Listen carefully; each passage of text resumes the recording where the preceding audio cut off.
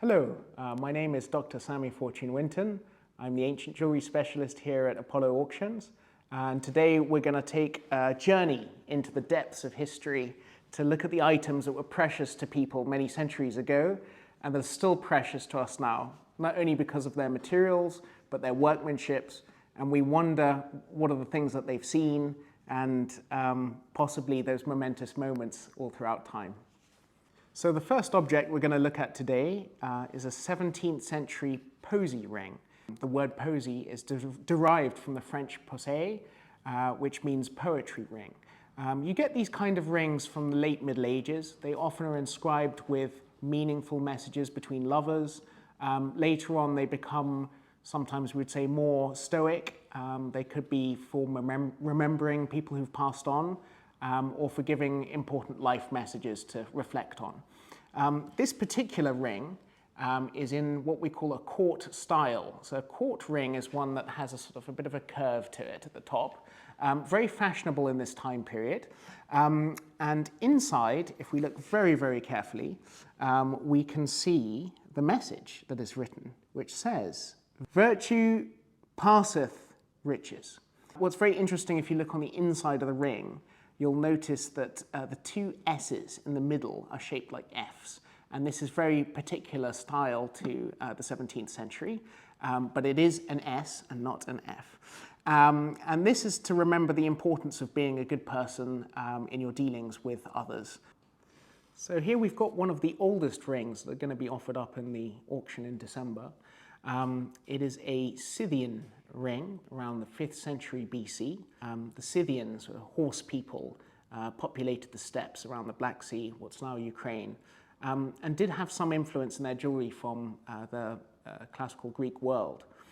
This particular ring has a very nice beaten flat bezel, which has allowed the engraver to draw a very symbolic figure of a griffin attacking a horse.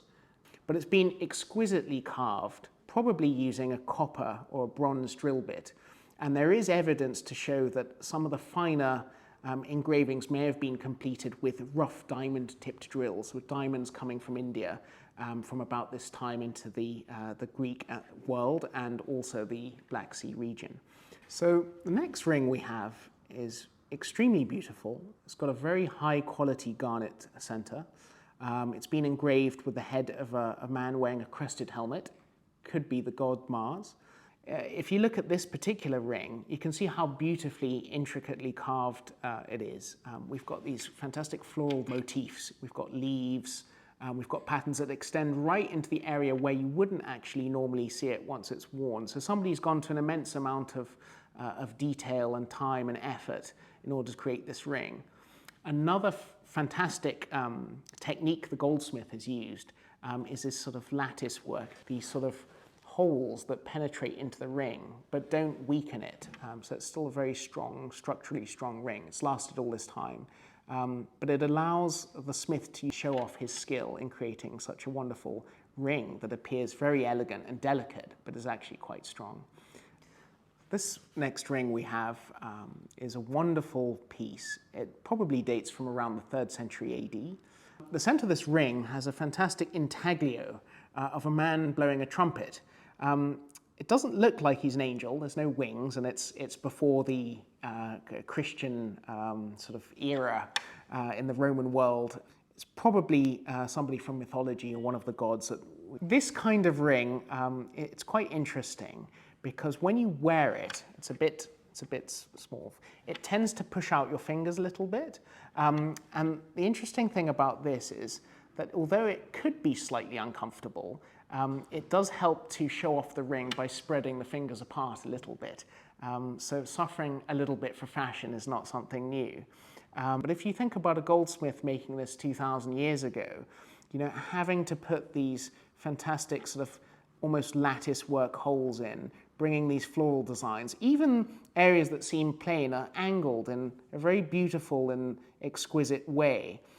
And it's beautiful. The middle stone is a carnelian, very popular in the Roman world. It has this sort of reddish hue to it. Not quite as strong as a garnet, but it's excellent for drawing portraits or engraving portraits on, such as this one of the man with the trumpet.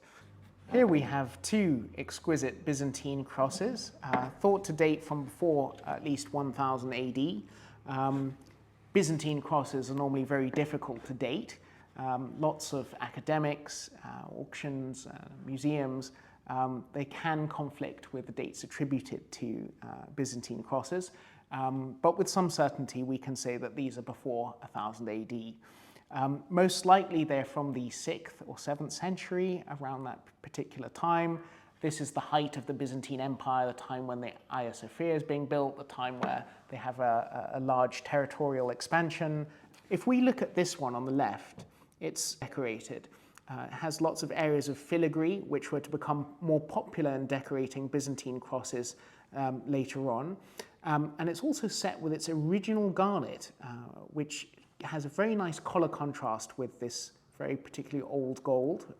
And this one over here, a little bit more simple, but still very, very beautiful. And if you look very closely, the goldsmith has actually taken a lot of care. The limbs of the cross narrow to the central area. They have lots of different angled sides, which would have had to have been cast and then later on carved in that way. This wonderful cameo ring has been carved out of a piece of bicolored agate. Agate in the ancient world, one of the most popular sources was from Sicily, although there were pieces of agate coming from as far afield as southern Arabia, especially the types that have this darker background and a lighter top. This particular portrait is of a lady probably from the 2nd or 3rd century AD, based on the hairstyle. It's been exquisitely and finely carved and is of much greater detail than many other surviving cameos from the period. Cameos were often used to remind their owners of people who they loved, or also people of importance. And towards the end of the 3rd century, there were several people of great importance politically who were women in the Roman Empire. It's been set in a hollow ring that's probably around 100 years earlier to the cameo itself. But it's an exquisite and lovely example and deserves to continue to be loved and worn today. So this last piece that we're showing today as part of a selection of videos is very striking. It's this twisted gold Viking ring that's either from England or Scandinavia, and it dates roughly from the 9th to the 11th centuries. It is a beautiful, though almost simple in a way, kind of ring. But when you realize how it would have been made, it's actually not as easy as you might think. So it's been made from two different wires of gold that have been twisted together, but they're not the same size. So the wires are actually thicker in the middle than they are at the ends. The ends have been beaten out, but these gold wires would have had to have been physically drawn through a round circular, increasingly smaller circular space in order to create the wire. But the interesting thing is that the goldsmith has allowed the central bit to remain the same. So they probably pulled the first bit and then turned it and pulled it again to keep the middle bit larger. So it's had quite a lot of technical skill to build, and it's really quite wonderful. Thank you very much for listening. If you are interested in any of the items discussed in this video, they are all included in session 2 on Sunday the 15th of December.